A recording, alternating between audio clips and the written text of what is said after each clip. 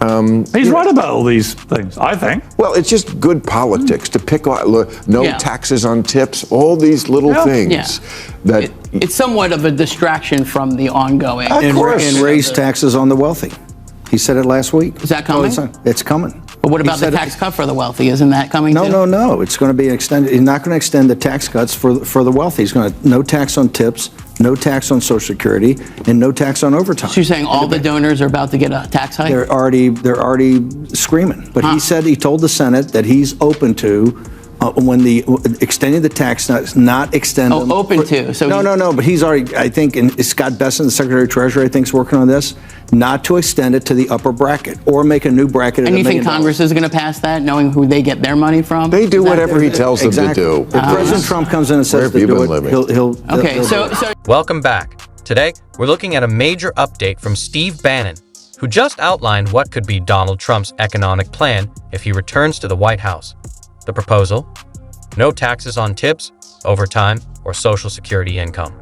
A major tax break for working Americans. And in a surprising twist, Bannon says they'd raise taxes on the wealthy. That's right, Trump's team is going after the donor class. Add tariffs to bring back U.S. manufacturing and tighter border controls aimed at boosting wages. And you've got a bold economic pitch that goes against the usual party lines. The big question: will Republican leaders back this plan or block it? Let's break it down. The Bannon plan is that Republicans are going to abandon the donor class, and then what's going to happen in 2020? Where else are they going to go? We got total leverage over them. Where else are they going to go? Well, there's another election coming up. They're going in the midterms and the thing. But where else are they going to go? If you don't restore the economic viability of the working class and the middle class, and you have to do that by sealing the border, right? So it's not flooded with illegal alien labor. Number two is the tariffs to bring manufacturing jobs back. And the third is that working class and middle class people need a tax cut. They need no tax on tips, no tax on overtime, and most importantly, no tax on Social Security. That's another $500 billion a year we have to come with. That's why, by the way, it's going to be a huge fight. But the Democrats and progressives had control in 2021. In those first 100 days, and they put up taxing the billionaires, and it didn't even get out of committee. President Trump and the MAGA movement will raise taxes on the wealthy. All right. Steve Bannon just laid out a bold new economic message for Donald Trump's potential second term. One that blends economic nationalism with working-class rhetoric and classic NAJ showmanship. It's a pitch aimed directly at everyday Americans, waitresses, welders, warehouse workers, promising real financial relief, like eliminating taxes on tips, overtime, and Social Security. But it doesn't stop there. Bannon is also calling for higher taxes on the wealthy and tariffs to bring back U.S. manufacturing jobs. The goal? Rebrand Trumpism as more than just anger and outrage. This time, it's about economic redemption. It's a powerful message in theory, promising to finally respect the hard work of everyday Americans and make the rich pay more plays well in today's climate, where corporate profits keep climbing and wages stay flat. Still, there's a reality check. Commentators like Bill Maher and others are right to ask, how much of this can actually happen? Tariffs may sound good politically, but historically, they often lead to higher prices, hurting the very people this plan is supposed to help. And the idea that Republicans would raise taxes on the wealthy? Highly unlikely. Let's not forget, it was Republican donors who pushed through the 2017 tax cuts, and they remain a powerful force behind the scenes. Unless Trump plans to take full control of the GOP, this plan faces serious obstacles. Washington is still wired to serve big donors, not wage earners. Here's a reminder. Trump already had 4 years in office, with control of both the House and Senate.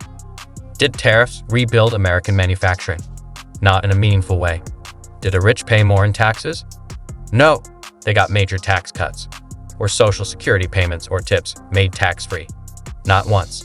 So while the messaging is striking, the gap between promise and reality remains as wide as ever. Let me ask you another question. Do you believe that when the tariffs cause huge inflation, that the lower middle class are going to reward the Republicans for that when all the prices go up? Because in 1890, when we had tariffs, the Republicans lost the House and the presidency because of the price. You should know this, Josh, better than anybody, because when we raised the tariffs on China in 18, prices came down. We didn't have any inflation in 19, and we had the highest tariffs we ever put on China. Hey, how about that dire wolf?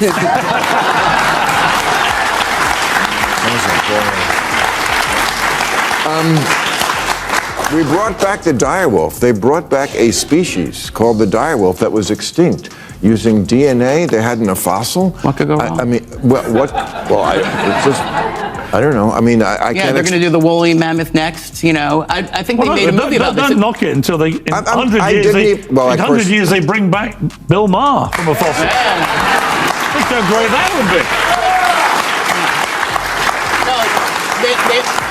They made a movie once about, bringing back extinct species and the risk of it. It was called Jurassic Park. Maybe you've all seen it. I know, but so maybe we shouldn't screw with science that much. You know? But it's not a dinosaur. It's a wolf. Yeah, but we know that it looked like. Yeah. And Bobby Kennedy says it tastes like chicken. So, that's enough. In the middle of a noisy debate about overtime pay, there was a quiet, revealing moment that said more than all the shouting ever could. Piers Morgan stepped in to defend Jeff Bezos, his boss at Amazon, who also owns the Washington Post and holds enormous influence. Josh Rogin, a columnist at the Post, jokingly called him out for it. The crowd laughed. It seemed like lighthearted teasing, but was it really just a joke? Behind the laughter was a sharp truth about today's media landscape. The closer journalists and commentators get to power, the harder it becomes for them to stay independent. Morgan, known for his tough-talking image, suddenly backed off when it came to criticizing the man who signs his paychecks. And Rogin, while teasing Morgan, wasn't exactly launching an attack on his own employer either. Steve Bannon, watching from the sidelines, summed it up bluntly. We're all part of the same hypocrisy. It was a rare moment of honesty, unscripted and unguarded. These are the people shaping public opinion. They speak out against the powerful, but hesitate when it comes to the billionaires behind their own platforms. They talk about holding power to account, but often go quiet when that power is close to home. In that moment, the audience saw what many have long suspected. The watchdogs of democracy have been muzzled, not by threats, but by paychecks and access. This isn't just a criticism of the media. It's a deeper warning. When even the loudest voices soften their stance around their bosses, who's left to tell the truth? Sometimes, power doesn't have to silence you.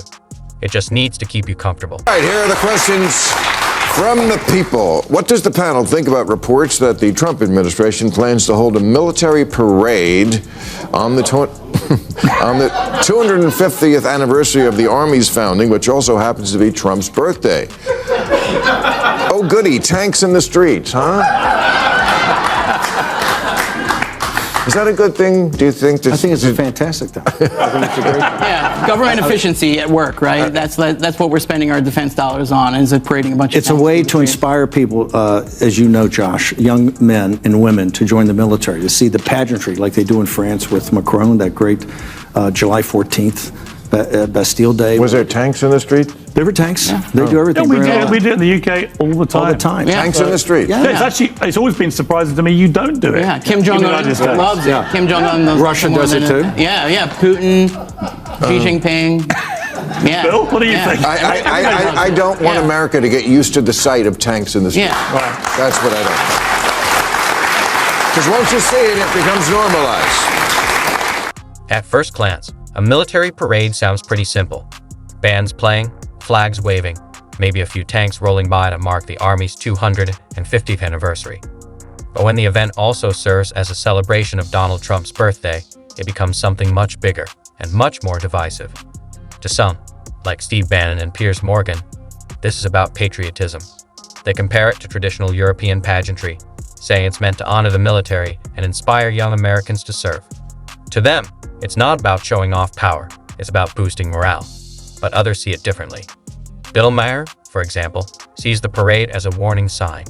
He argues that tanks in the streets aren't just props, they carry a message. He fears that turning military displays into entertainment could slowly shift public expectations, moving America away from its democratic traditions and toward something more authoritarian. As he puts it, this country was built on peaceful transitions of power, open debates, and quiet strength, not public shows of force like those seen in Russia, China, or North Korea. So this isn't just a debate about parades. It's a deeper question. What kind of country do we want to be? Do we see ourselves as a republic built on democratic values? Or are we slipping into a mindset where power has to be seen to be believed? And when military tributes start to look like campaign rallies, the line between national pride and political theater can get blurry. What do you think about all this? Do you agree with Bannon and Morgan, who see these moments as patriotic and inspiring? Or are you more in line with Maher's concerns about symbolism and creeping authoritarianism? Your thoughts matter. Whether we're talking about Trump's economic promises, the media's relationship with power, or the deeper meaning behind a parade, it's these conversations that help us really reflect on where America is headed. Thanks for being part of the discussion.